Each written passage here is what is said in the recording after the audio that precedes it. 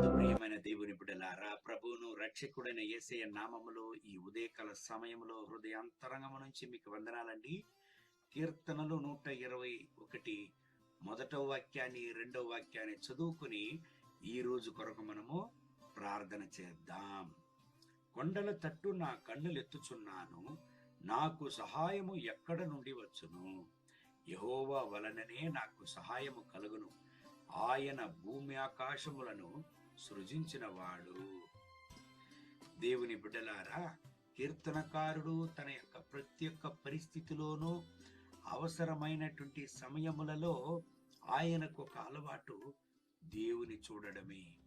కారణం, యెహోవా వలననే ఆయనకు ప్రతి ఒక్క సహాయము కలిగినది.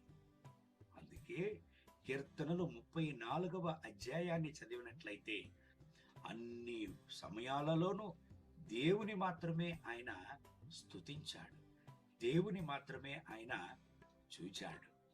గోలియాతుకు ముందు నిలిచే సమయంలో కూడా దావీదు తన శక్తి పైన ఆధారపడలేదు, తన బలము పైన ఆధారపడలేదు, తన యొక్క ఆయుధాల పైన ఆధారపడక దేవుని పైన ఆధారపడాడు. ఎందుకంటే ఆయనకు సహాయము యెహోవా వలననే కలిగినది ప్రతి ఒక్క సమయములలో. దేవుని బిడ్డలారా, ఈ రోజు కొరకు మీరును కూడా ఏ యొక్క అవసరతలో ఉన్నారు? ఏ యొక్క అవసరతలో మీ జీవితంలో సంధింపబడవలసి ఉన్నది? బాధతో ఉన్నారా? వేదనలతో ఉన్నారా? దుఃఖముతో ఉన్నారా? కలతతో ఉన్నారా? కన్నీటితో ఉన్నారా? ఒకవేళ ఆపద పరిస్థితిలో ఉన్నారా? అయ్యో, నాకు సహాయం చేయడానికి ఎవరు లేదే, ఈ విషయంలో నాకు ఎవరు సహాయం చేదురు, ఈ విషయంలో ఎవరు వచ్చి నాకు ఆలోచన చెప్పుదురు, ఈ విషయంలో ఎవరు నాకు తోడుగా ఉందురు అని వేదనతో దుఃఖంతో మీరు ఉంటున్నారా? దేవుని బిడ్డలారా, చోలిపోకండి.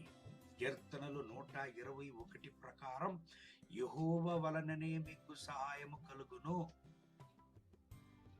చెయ్యి విడవడానికి తెలియని దేవుడు ఆయన. అవసరతలను సంధించే దేవుడు ఆయన. మీ ఆపద పరిస్థితి మారును. మీ అవసరతలు యెహోవా వలన సంధింపబడును. యామారిపోయి ఉన్నారా? కష్టముతో ఉన్నారా? నష్టములో ఉన్నారా? కన్నీటిలో ఉన్నారా? అవసరతలతో అవస్థపడుచు అయ్యో, ఎవ్వరు నాకు సహాయం చేదురు అని బాధతో వేదనలతో ఎదురు చూస్తున్నారా? భయపడకండి. ఈ రోజు దేవుడు ఒక అద్భుతాన్ని మీ జీవితంలో చేయను. ఈ వాగ్దానాన్ని నమ్మండి. ఆయన వాగ్దానములో నమ్మదగిన దేవుడు. కళ్ళు మూసి ప్రార్థన చేద్దామండి.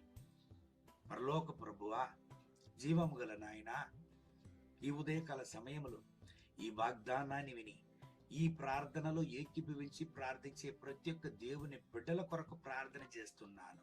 వీళ్లను ఆశీర్వదించండి, ముట్టండి, సహాయం చేయండి, వీళ్లను దీవించండి నాయనా. వీళ్ల దుఃఖాన్ని సంతోషంగా మార్చండి నాయనా.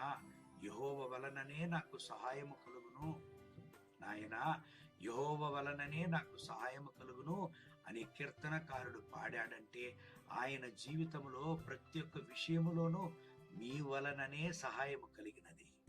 మీరు ఆపద పరిస్థితులు, కన్నీటి పరిస్థితులు, వేదనలలో, ఒంటరి సమయములలో దావీదును మీరు చెయ్యి విడిచినదే లేదు. కాబట్టి మిమ్మల్ని హెచ్చించి ఆయన పాడాడు. ఈ రోజు ఎటువంటి వేదనలలో, ఎటువంటి దుఃఖములో, ఎటువంటి కలతలో, ఎటువంటి కన్నీటితో, బాధతో, నానా అవస్థలతో మీ బిడ్డలు ఉంటున్నారో ఇప్పుడే వీళ్ళ పైన నైనా మీ కరుణ చూపించండి, మీ దయ చూపించండి, మీ కృపను చూపించండి. వీళ్ళ అవసరతలను సంధించండి నాయనా. వీళ్ళ కుటుంబ జీవితమైనా సరే, వ్యక్తిగత జీవితమైనా సరే, కార్యాలయ పరిస్థితులైనా సరే, ఈ రోజే ఒక అద్భుతాన్ని వీళ్ళకు చేయండి. వీళ్ళ దుఃఖాన్ని సంతోషంగా మార్చండి. వీళ్ళ అవసరతలు సంధింపబడును గాక. ఈ రోజే ఒక అద్భుతాన్ని చేయండి నాయన. మీరు చేయబోయేందుకు వందనాలు. మీ పేరే యెహోవా ఈరే అని చదువుతామే. అవసరతలను సంధించే దేవుడు ఒక అద్భుతాన్ని వీళ్ళకు చేయండి. అలా చేసేందుకు వందనాలు. మహిమ, ఘనత, స్తుతి మీకే. యేసయ్య నామములో వేడుకుంటున్నాము మా ప్రియ పరలోకపు తండ్రి. ఆమేన్. ఆమేన్.